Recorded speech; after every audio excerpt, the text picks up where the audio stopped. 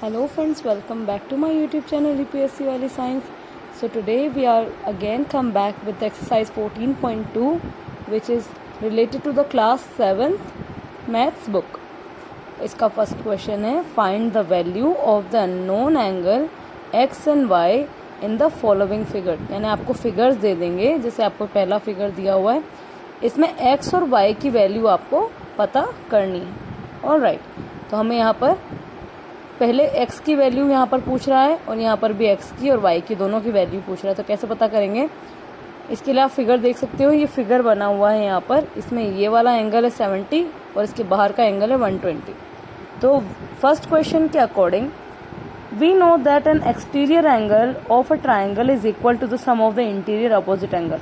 यानी जितना बाहर का है उतना ही अंदर होगा. तो अगर हम देखें कि x सारे एंगल्स प्लस करते हैं, x plus 70 is equal to 120 degree. तो x की वैल्यू इधर रखने पर 120 में से 70 माइनस हो जाएगा और 70 माइनस होने पर कितना बचेगा, यहाँ बचेगा 50 डिग्री. तो 50 डिग्री यहाँ पर वैल्यू ऑफ x आ जाएगी 50 डिग्री. यहाँ पर आपको एक लाइन मेंशन करनी है that an exterior angle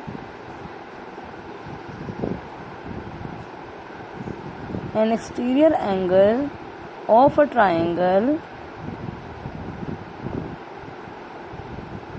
a triangle is equal to the sum of its interior opposite angle. That is why we are combining these angle. यानी x प्लस 70 और बाहर का एंगल कितना है 120. तो x प्लस 70 करने पर हमें कितना मिलेगा, x plus 70 is equal to 120 करने पर x की वैल्यू जब हम इधर लेकर जाते हैं तो 120 में से हम किसको माइनस करेंगे, इस टाइम 70 को माइनस करेंगे और माइनस करने पर हमें क्या मिलेगा, यहाँ पर 50 degree. So in the second diagram हमें यहाँ पर x और y की वैल्यू का फाइंड आउट करना है. तो इसके लिए हम क्या करेंगे, सबसे पहले इन तीनों वैल्यूज़ को प्लस करेंगे. That is x plus 65 plus 70.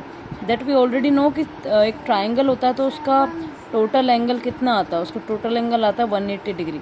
तो 65 और 70 इज इक्वल्स टू कितना होता है, it is equal to 135 degree is equals to 180 degree. अब हम जब x की वैल्यू को इधर लेकर जाएंगे तो माइनस प्लस की चीज़ माइनस में चेंज हो जाएगी. तो 180 में से 135 जब माइनस होते हैं तो कितना बचता है, 45 डिग्री. तो ये x की वैल्यू तो हमारे पास आ गई कि 45 डिग्री है.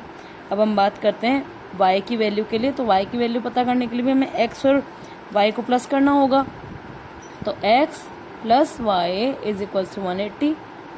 x की वैल्यू कितनी आई हमारे पास, 45 डिग्री, और y की वैल्यू तो हमें फाइंड आउट करनी है, इज इक्वल्स टू 180.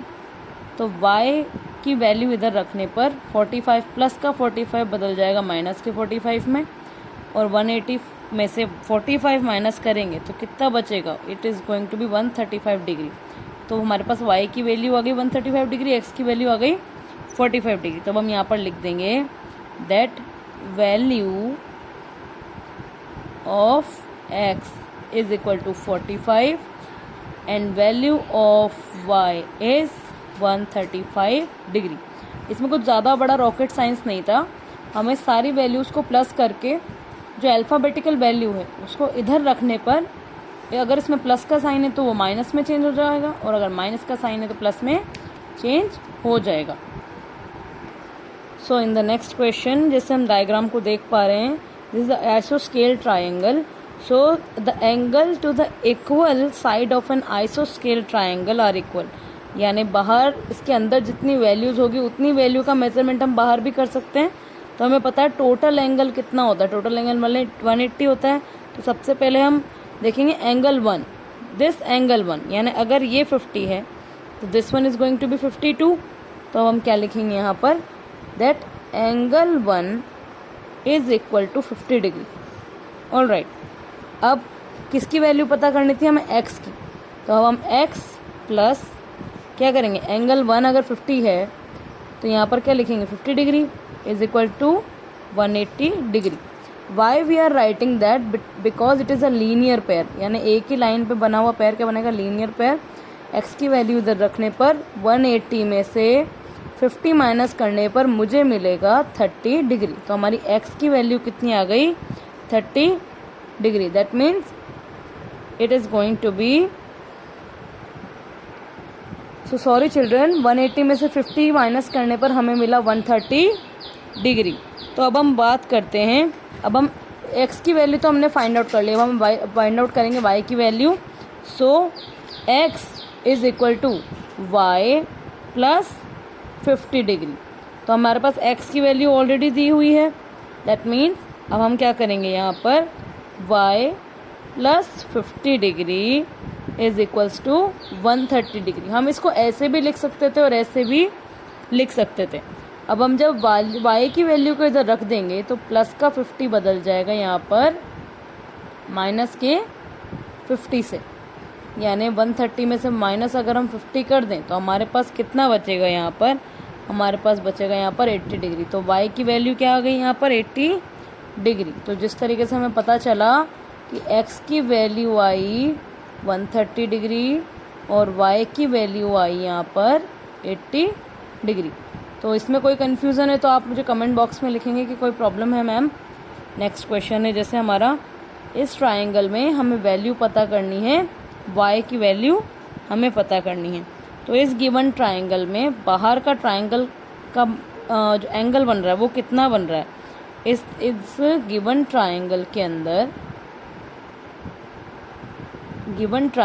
अंदर 125 डिग्री प्लस करना है आपको एंगल 1, और हमें ये तो बिल्कुल पता है कि सारे एंगल्स का टोटल 180 होता है। तो एंगल 1 को इधर रखने पर 180 में से ये 125 हो जाएगा माइनस। 180 में से अगर हम 125 को माइनस करेंगे तो कितना बचेगा हमारे पास, 55 डिग्री एंगल 1। तो एंगल 1 आ गया हमारा 55 डिग्री। अब हम y पता कर सकते हैं इसके लिए। So also for the y angle 1 plus angle y is equals to 120 degree. Because exterior angle property of triangle देखें तो ये इक्वली माने जाएंगे। तो अब हम यहाँ लिखेंगे, यहाँ पर एंगल 1 आ गया हमारा 55 degree plus y that is angle y is equal to 120।